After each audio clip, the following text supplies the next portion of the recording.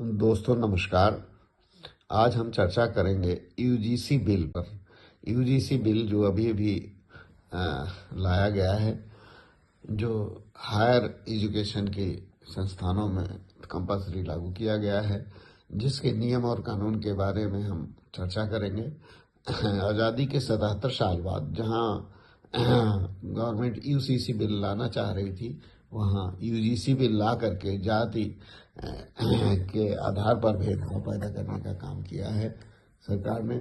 जबकि आज़ादी के 77 साल बाद जात धर्म के आधार पर नहीं, बल्कि विकास की बात, रोजगार की बात, डेवलपमेंट की बात देश के होना चाहिए था।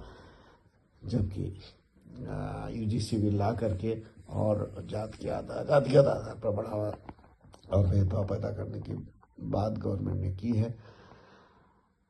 हम समझते हैं कि आज इसकी आवश्यकता नहीं थी, क्योंकि एक तो ये मान लिया गया है कि किसी के ऊपर किसी तरह का भेदभाव केवल सामान्य वर्ग ही करता है, जबकि आज की स्थिति ये है कि किसी भी वर्ग के लोग सशक्त हैं, सक्षम हैं और किसी भी जाति धर्म के खिलाफ विवाद और दुर्भावना व्यक्त कर सकते हैं।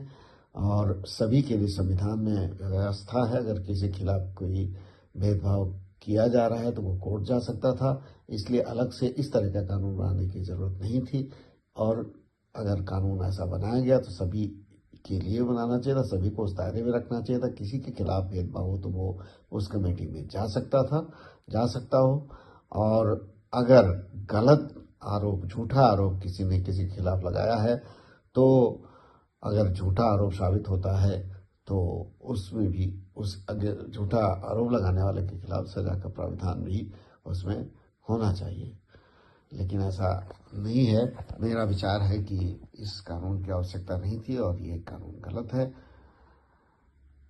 दोस्तों, आप लोगों का क्या विचार है कमेंट में जरूर बताएं। धन्यवाद।